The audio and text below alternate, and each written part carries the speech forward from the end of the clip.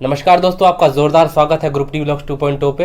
तो दोस्तों, आज मैथ की सीरीज का हमारा 11वां वीडियो होने वाला है। इससे पहले 10 वीडियो आ चुके हैं। अगर आपने उन वीडियो को नहीं देखा है ज़रूर जाके देखिए, आपको ग्रुप डी के लिए बहुत ज़्यादा फायदा करने वाला है। ठीक है। और जो आज मैं एनटीपीसी का शिफ्ट करवाने वाला हूँ, ये 5 तारीख को हुआ था, देख लीजिए यहाँ पर लिखा हुआ रहता है। और ये सेकंड शिफ्ट के क्वेश्चन है।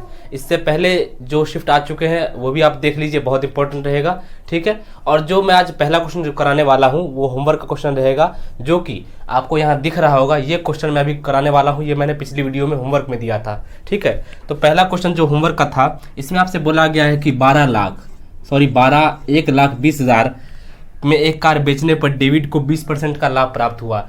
मतलब इतने में उसने कार बेची, उसको 20% का लाभ प्राप्त हुआ। इसका मतलब ये जो राशि है ये 120% के बराबर है।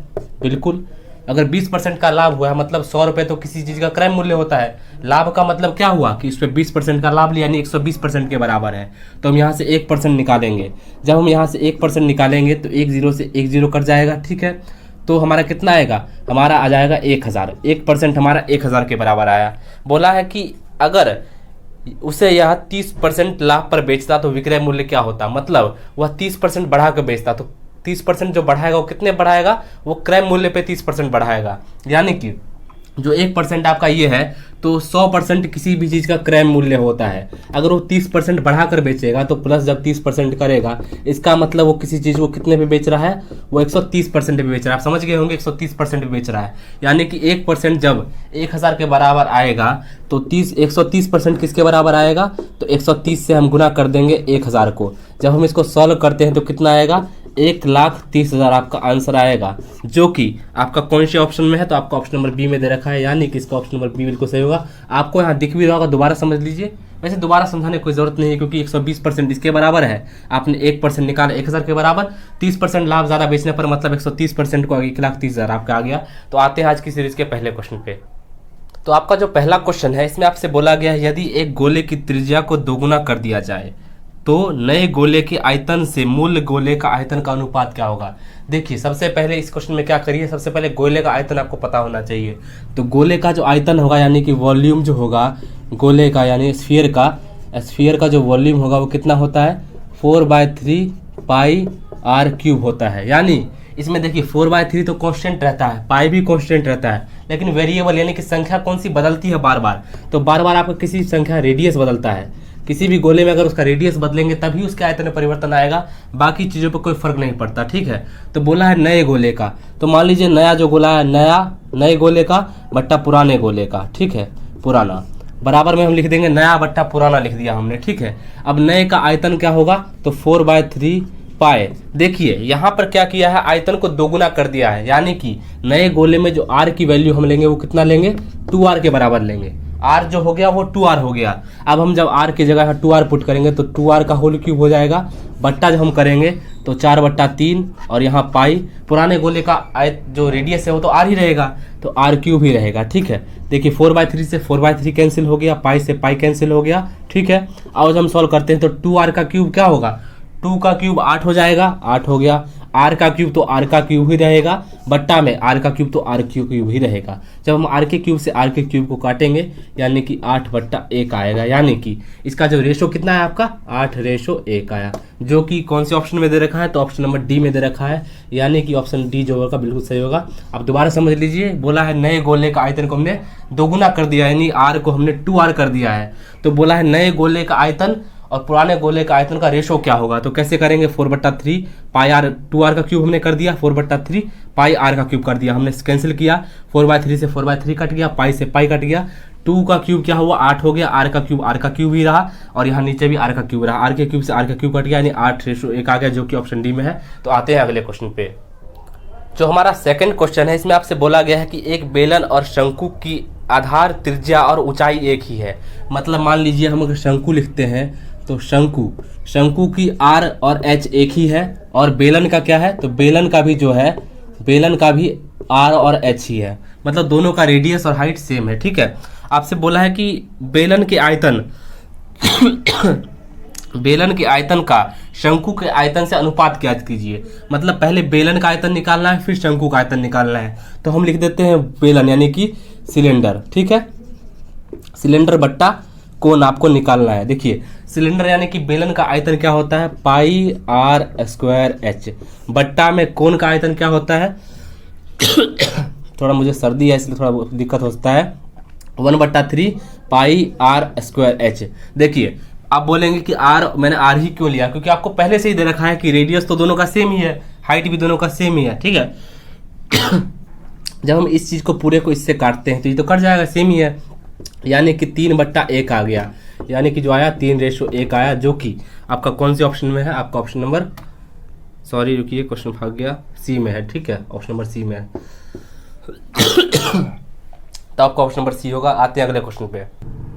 तो अगला क्वेश्चन जो है दोस्तों, अगला क्वेश्चन बताने से पहले मैं बता दूं, मुझे थोड़ी सर्दी हो रखी है, इसलिए मतलब बीच में खांसी हो जाती है, तो आपको थोड़ा सुनने में प्रॉब्लम होता है, लेकिन क्वेश्चन बनाने में मैं दिक्कत नहीं करूंगा, ठीक है।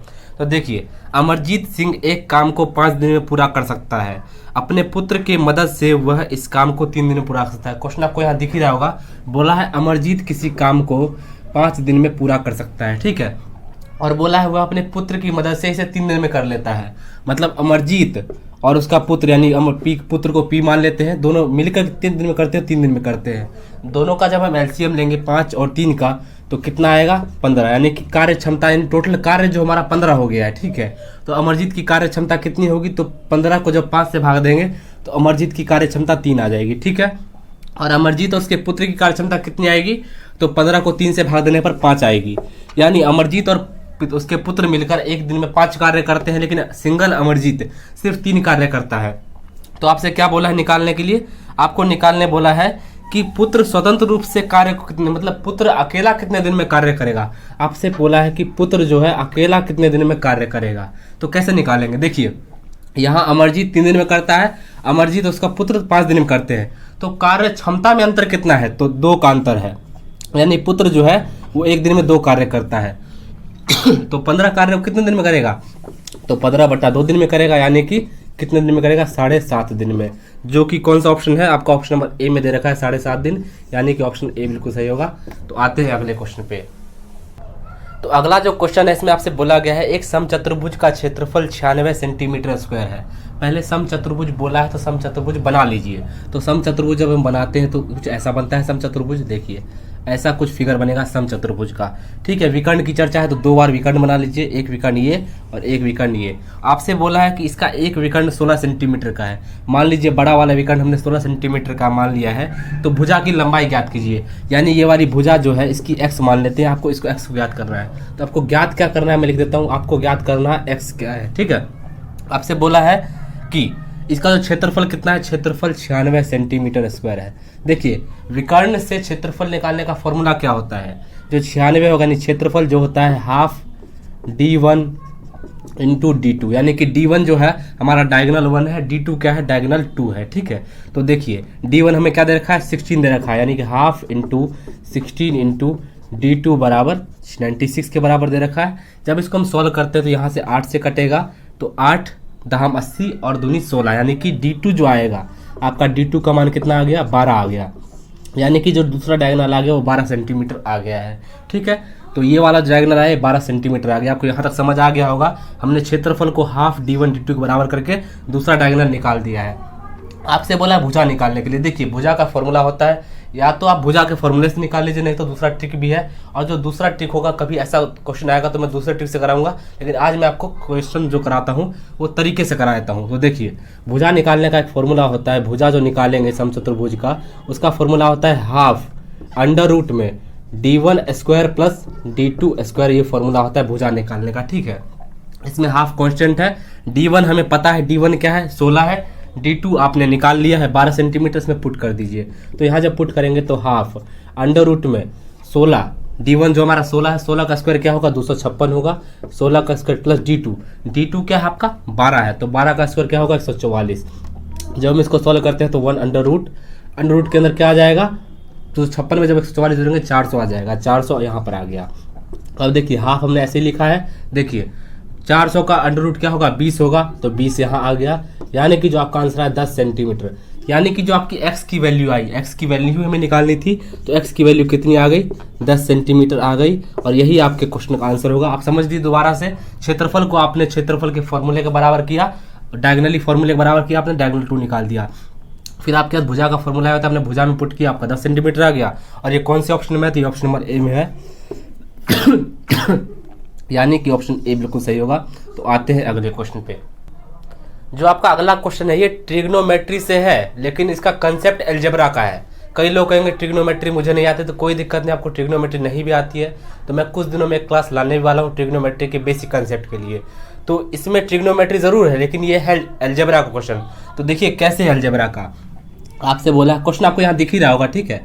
Sign A plus cos A का होल स्क्वायर माइनस क्या बोला है आपसे, 2 साइन ए कॉस ए आपको निकालना है। देखिए ये किसका फॉर्मूला बन गया, ये बन गया आपका a प्लस बी के होल स्क्वायर का फॉर्मूला, जो कि क्या होता है a square plus B square plus 2ab। ये बन गया। ये आइडेंटिटी आपको याद होनी चाहिए। और जब भी यहाँ माइनस होता है तो सिर्फ माइनस यहाँ फर्क आता है, समझ गए, ठीक है। अब देखिए sign A plus cos A का अपने होल स्क्वायर कैसे खोलेंगे, तो sine square A plus cos square A plus 2 sign A cos A. फिर आपके माइनस में क्या है, माइनस में आपका है एक चीज कि minus 2 sign A cos A. देखिए अब देखिए यहाँ भी plus 2 sign A cos A है और यहाँ minus 2 sign A cos A है, इससे आपने ये काट दिया। अब आपको एक पता होगा कि sine square theta plus cos square theta का मान क्या होता है, 1 होता है। ये हमारे पास ट्रिग्नोमेट्रिक आइडेंटिटी होती है। तो हमारे पास बचा क्या है, साइन स्क्वायर ए प्लस कॉस स्क्वायर है। यहाँ ए सेम है, इसका मतलब जो इसका आंसर बनेगा वो क्या बनेगा, 1, जो कि आपका कौन से ऑप्शन में है, तो आपका ऑप्शन नंबर बी बिल्कुल सही होगा। आपको यहाँ दिख भी रहा होगा ऑप्शन बी में 1 लिखा हुआ है। तो आते हैं अगले क्वेश्चन पे। जो अगला क्वेश्चन है ये आपका एलसीएम और एचसीएफ से लिया गया है। देखिए क्वेश्चन में क्या कह रखा है, आपको क्वेश्चन यहाँ दिख ही रहा होगा कि दो संख्याओं का मौसा और लौसा 15 और 225 है, यानी कि मौसा मतलब एचसीएफ का आपका कितना है, एचसीएफ आपका 15 है और आपका एलसीएम कितना है, तो एलसीएम आपका 225 है। आपसे बोला है कि पहली संख्या को हम ए मान लेते हैं, दूसरी संख्या को बी मान लेते हैं। तो पहली संख्या क्या बोला है, 45 है। आपसे बोला दूसरी संख्या ज्ञात करें, दूसरी संख्या आपको नहीं पता तो आप क्वेश्चन मार्क मान लीजिए या कुछ भी एक्स मान लीजिए। देखिए कैसे करेंगे, आपको एक फॉर्मूला पता होगा, मैंने कुछ देर पहले भी आपको फॉर्मूला बताया था कि एलसीएम, ठीक है, गुना एचसीएफ बराबर क्या होता है, पहली संख्या और दूसरी संख्या के गुणा के, ठीक है। अब देखिए एलसीएम आपका मान पता है, एलसीएम का कितना मान है, 225 मान है, ठीक है। एचसीएफ का मान क्या है, आपको 15 दे रखा है। ए का मान क्या है, ए आपको 45 दे रखा है। देखिए क्वेश्चन जब भी करिए मैथ का तो कई लोग कहते हैं कि मन में ही कर लीजिए, मन में भी करिए, लेकिन जो पहले आपको दे रखा है सबसे पहले उस चीज़ को लिख लीजिए, क्योंकि लिखने से आपको ज़्यादा क्वेश्चन क्लियर होता है। ये मैं भी करता हूँ और आप भी इसको फॉलो कीजिए, आपका जल्दी आंसर आएगा। और बी को तो बी ही मान लेते हैं। अब जब इसको सॉल्व करते हैं तो हम 45 को इसके नीचे ले जाएंगे, तो 245 इंटू 15/45 बराबर आपका देखिए बी आ रहा है। लेकिन आप ऑप्शन की तरफ जब चेक करेंगे तो देखेंगे ऑप्शन क्या है। देखिए पहला ऑप्शन है 225/45, 2 2 5 1 5, और देखिए 15 गुना 225/45 भी आपको ऑप्शन में दे रखा है। यानी कि ये जो आपने निकाला है यही ऑप्शन आपको ज़्यादा सॉल्व करना भी नहीं पड़ेगा, मतलब जो ये आपने निकाला है यही आंसर में दे ही रखा है। तो कौन से ऑप्शन में दे रखा है, ऑप्शन नंबर सी में दे रखा है, यानी कि ऑप्शन सी बिल्कुल सही होगा। समझिएगा, इसमें फॉर्मूला था, वो फॉर्मूला ही आपको पता होना चाहिए था, बाकी तो क्वेश्चन आसान था। तो आते हैं अगले क्वेश्चन पे। अगला जो क्वेश्चन है आपका, ये क्वेश्चन जो है त्रिभुज के समरूपता से लिया गया क्वेश्चन है, यानी सिमिलैरिटी ऑफ ट्राइंगल से लिया गया है। तो सिमिलर ट्राइंगल को कहते हैं। मान लीजिए कोई एक ट्राइंगल दूसरे के सिमिलर कब होता है, जब ऐसे दिया होता है। मान लीजिए ट्राइंगल ABC सिमिलर है ट्राइंगल PQR के, ये साइन जो है सिमिलैरिटी का होता है। मतलब AB भुजा जो है वो PQ के समान है, मतलब अगर वो 10 है तो रेशो में बटा होगा, 10 1:2 के रेशो में बटा होगा, ऐसे रेशो में बढ़ जाता है। आपको बोला है ABC तथा PQR की परिमिति, यानी ABC की परिमिति कितनी दे रखी है, 36 दे रखी है, और PQR की कितनी दे रखी है, परिमिति। परिमिति का मतलब आप समझ लीजिए कि परिमिति का मतलब होता है पेरीमीटर, यानी कि त्रिभुज के जो तीनों भुजाएं होती हैं उनको जोड़ के जो आता है वो परिमिति कहलाता है, ठीक है। आपसे बोला है PQ कितना है, 10 सेंटीमीटर दे रखा है। आपको बोला है कि AB की लंबाई क्या होगी। अब यहाँ लिख लीजिए क्या निकालना है। सबसे पहले आपको AB निकालना है, ठीक है, AB भुजा निकालनी है। अब देखिए मैं आपको बता दूं कि किसी भी त्रिभुज का परिमाप, त्रिभुज ABC का परिमाप बट्टा त्रिभुज PQR का परिमाप किसके बराबर होगा, उनके भुजाओं के समरूपता के बराबर होगा, यानी कि AB बट्टा PQ के बराबर होगा। अब देखिए यहाँ परिमिति की चर्चा कर रखा है, इसलिए जब भी परिमिति का चर्चा रहेगा तो इसमें स्क्वायर नहीं करेंगे। स्क्वायर हम तभी करते हैं जब स्क्वायर का चर्चा रहता है, यानी कि क्षेत्रफल का चर्चा रहता है। तो देखिए त्रिभुज एबीसी का परिमिति क्या है, 36 होगा। त्रिभुज पीक्यूआर का परिमिति कितना है, तो आपको 24 दे रखा है, ठीक है। ए बी आपको निकालना ही है, प्लस पीक्यू का मान कितना है वो आपको दे ही रखा है, 10 दे रखा है। अब जब हम इसको सॉल्व करते हैं तो 12 दूना 24, 12 तिया 36, ये आ गया आपके पास। यहाँ से जब काटेंगे तो 1.5 आएगा, यानी 1.5 आएगा। जब हम 10 को गुना करेंगे 1.5 से तो आपको ए बी तो निकालना ही है, लेकिन जब हम 1.5 को 10 से गुना करेंगे तो आपका कितना आएगा, 15 सेंटीमीटर आएगा। और यही आपको निकालना था। आपको निकालना क्या था, ए बी का मान क्या होगा, तो ए बी का मान हमने 15 सेंटीमीटर निकाल लिया है, जो कि आपको कौन से ऑप्शन में दे रखा है, तो देख लीजिए आपका ऑप्शन नंबर ए में है। और ये ऑप्शन जो है आपको दिख भी रहा होगा, यहाँ ऑप्शन ए में है। आप दोबारा समझ लीजिए, आपको जब भी परिमिति की चर्चा हो तो पहले त्रिभुज एबीसी का परिमाप अपॉन में लीजिए त्रिभुज पीक्यूआर का परिमाप, और उनके भुजा के समरूपता होगा, यानी ए बी बट्टा पी क्यू के बराबर होगा। आप ऑप्शन जो है वैल्यू डालिए, वैल्यू डालने के बाद आप ए बी का वैल्यू निकाल लीजिए। तो आते हैं अगले क्वेश्चन पे। आपका जो नेक्स्ट क्वेश्चन है इसमें आपसे बोला गया है यदि 1/5√2 + 7 किसके बराबर दे रखा है, आपको दे रखा है a√2 + b के बराबर। तो आपको क्या बोला है, a और b का मान ज्ञात कीजिए। a का मान क्या होगा, b का मान क्या होगा, ये आपको ज्ञात करना है। देखिए इस क्वेश्चन को कैसे करेंगे। कुछ लोग बोलेंगे मैं इतना स्पेस क्यों छोड़ता हूँ, देखिए इतना स्पेस जो छोड़ता है, कोई क्वेश्चन दिख रहा होगा इसलिए स्पेस थोड़ा छोड़ना पड़ता है, ठीक है। और देखिए अब इस क्वेश्चन को कैसे करेंगे, हमें किसी भी तरह करके इस फॉर्म में लाना होगा, तभी हम ए की वैल्यू और बी की वैल्यू निकाल सकते हैं। तो हम कैसे करेंगे, देखिए इस क्वेश्चन में सबसे अच्छा कीजिए, रैशनलाइज कर दीजिए, यानी कि जो नीचे लिख रखा है, यानी बट्टा में जो लिख रखा है उसका साइन चेंज करके बीच वाला, और उससे गुना कर दीजिए ऊपर और नीचे दोनों तरफ। तो कैसे करेंगे, 1/5√2 प्लस अगर 7 लिखा हुआ है तो हम गुना कर देंगे 5√2 - 7 से, और नीचे भी गुना कर देंगे 5√2 - 7 से। जब हम इसको सॉल्व करते हैं तो क्या आएगा, ऊपर आएगा 5√2 - 7, और नीचे क्या आएगा, जब हम करेंगे तो a का स्क्वायर यानी 25 दूना 50 आ जाएगा। 25 दूना कितना आ जाएगा, 5 दूना 5 से 25, 5 का स्क्वायर 25 हो जाएगा, और 2 50 हो जाएगा। 50 और माइनस 7 का स्क्वायर क्या होता है, जब 7 और 7 गुना होगा 7 का स्क्वायर क्या होगा, 49 बराबर आपको क्या दे रखा है, a√2 + b के बराबर दे रखा है। b को दोबारा लिख देता हूँ, b के बराबर दे रखा है। देखिए 50 में से 49 जब जाएगा तो 1 हो जाएगा, यानी कि इसकी वैल्यू किसके बराबर बनेगी, 5√2 - 7 के बराबर। देखिए आपके पास यहाँ क्या है, √2 और तो √2 दोनों में कॉमन है, लेकिन फर्क किस चीज का है, बस 5 और 7 का। यानी कि जब हम कंपेयर करते हैं तो पहली टर्म को पहले से कंपेयर करिए, दूसरे को दूसरे से कंपेयर कीजिए। जब a√2 को 5√2 से कंपेयर करेंगे तो a का वैल्यू क्या आएगा, a का वैल्यू 5 आएगा, और b का वैल्यू क्या आएगा, -7 आएगा। और ये आपका कौन से ऑप्शन में दे रखा है, तो देखिए -7 और 5 किस ऑप्शन में दे रखा है, ऑप्शन नंबर सी में दे रखा है, यानी कि ऑप्शन सी बिल्कुल सही होगा। तो ये क्वेश्चन तो हो गया। तो बढ़ते हैं अगले क्वेश्चन की ओर। आपका जो अगला क्वेश्चन है इसमें आपसे बोला गया है, देखिए sin 2a को बराबर कर रखा है 2 sin a के बराबर, यानी पहले में 2 जो है एंगल में है, दूसरे 2 में गुणा में है। देखिए फर्क किस चीज का आएगा, तो आपको क्वेश्चन में निकालना है। सबसे पहले लिखिए, निकालना है आपको a की वैल्यू निकालनी है, और क्वेश्चन आपसे क्या बोला है कि sin 2a बराबर किसके है, 2 sin a के बराबर। देखिए sin 2a का फॉर्मूला एक होता है, बहुत इंपॉर्टेंट फॉर्मूला होता है। देखिए धीरे धीरे मैं आपको क्वेश्चनों के माध्यम से ही ना जितने भी ट्रिग्नोमेट्री में फॉर्मूले सभी करवा दूंगा, और जो मैं फॉर्मूले बीच बीच में लिखता हूँ, जिसमें मैं डब्बा बनाता हूँ, आप उनको जरूर अपनी कॉपी में नोट कीजिए, बहुत ज़्यादा काम आएंगे आपको। तो इसका एक फॉर्मूला होता है sin 2a का फॉर्मूला होता है 2 sin a cos a, इसका एक फॉर्मूला होता है। इसका ये बहुत इंपॉर्टेंट फॉर्मूला है, ये फॉर्मूला बहुत जगह यूज होता है। देखिए ये फॉर्मूला है, आप sin 2a की जगह ये पुट करिए, तो 2 sin a cos a बराबर आया 2 sin a के बराबर, बिल्कुल आ गया। अब देखिए 2 से 2 कैंसिल हो गया, sin a से sin a कैंसिल हो गया, यानी cos a की वैल्यू कितनी आ गई, cos a की वैल्यू 1 आ गई। अब cos a की वैल्यू यानी कि cos थीटा की वैल्यू 1 कब होती है, तो 0 डिग्री पे 1 होती है, क्योंकि 90 डिग्री पे तो 0 हो जाता है। आपने work energy and power chapter में पढ़ा होगा, गोपाल जी आपको पढ़ाते हैं कि cos 90 की वैल्यू कब होती है, तो 0 हो जाती है, क्योंकि वो अपने सर पे समान रखेगा। तो वैसे ही हम पता लगा लेंगे cos 90 की वैल्यू 0 होती है, और cos a की वैल्यू क्या होगी, तो cos a की वैल्यू तो 1 के बराबर दे रखी है, यानी a की वैल्यू जो होगी वो कितनी होगी, 0 डिग्री होगी। देखिए कौन से ऑप्शन में 0 डिग्री दे रखा है, ऑप्शन सी में 0 डिग्री दे रखा है, तो बिल्कुल सही आंसर है। दोबारा समझ लीजिए, देखिए इस क्वेश्चन में सबसे इंपॉर्टेंट फॉर्मूला आपको यही पता होना चाहिए, क्योंकि अगर लोगों को ये पता नहीं रहेगा तो निकालो कैसे।